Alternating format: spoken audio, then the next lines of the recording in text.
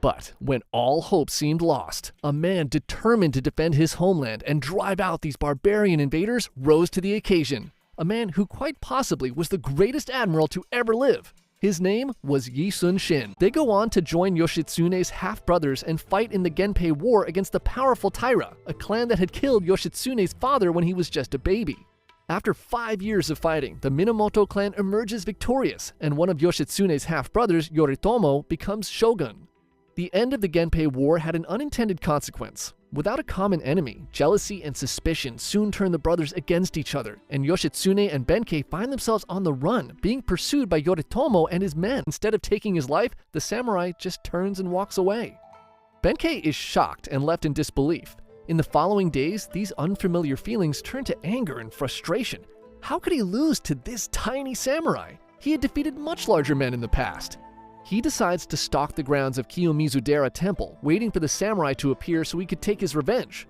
Eventually, the samurai does show up, and Benkei immediately challenges him to another duel, a fight that Benkei loses again.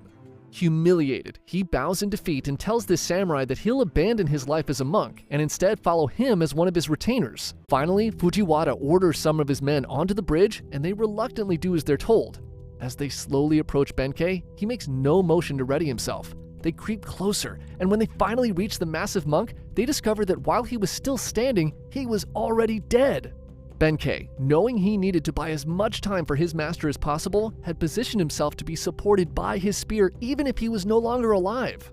In his last stand, he showed no pain or emotion while being hit with countless arrows, all to give the illusion that he was ready to fight anyone who dared to cross. So Yi Sun-shin's story is pretty interesting because, unlike most heroes, he wasn't necessarily liked by the elites at the time.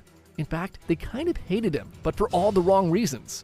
Basically, early in his military career, he was so good at inspiring his men and leading them to victory that he made everyone around him look bad by comparison. Remember, corruption was a big problem during this time. So out of jealousy, a general falsely accuses Yi of deserting the army in battle, and the king believes it. He strips Yi of his rank, has him thrown in prison and tortured. This experience would probably make most men quit the military altogether, but Yi was eventually released, and he managed to climb his way back through the ranks to commanding a small fleet of ships by the start of the Japanese invasion.